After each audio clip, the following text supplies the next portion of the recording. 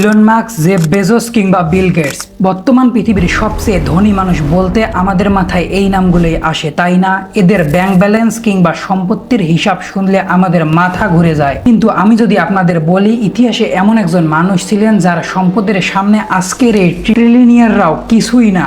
একজন এমন রাজা যিনি যখন হজ করতে বের হতেন তখন তার সাথে থাকতো 60,000 মানুষের এক বিশাল সেনাবাহিনী, আর তার সবাই পরিধান করে থাকতো খাঁটি রেশমের পোশাক। শুধু তাই নয়, তার বহরে থাকা 80টি উটের পিঠে বোঝাই করা ছিল হাজার হাজার কেজি খাঁটি সোনা। তিনি রাস্তায় যেভাবে সোনা দান করতেন তাতে একটি গোটা দেশের অর্থনীতি ধ্বংস হয়ে যেত।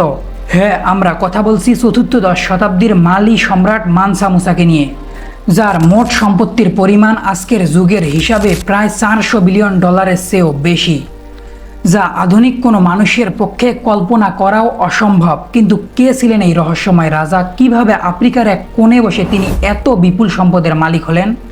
আর কিভাবে তার অতিরিক্ত দানশীলতা মিশরের মতো পরাশক্তিকে দেউলিয়া করে দিয়েছিল?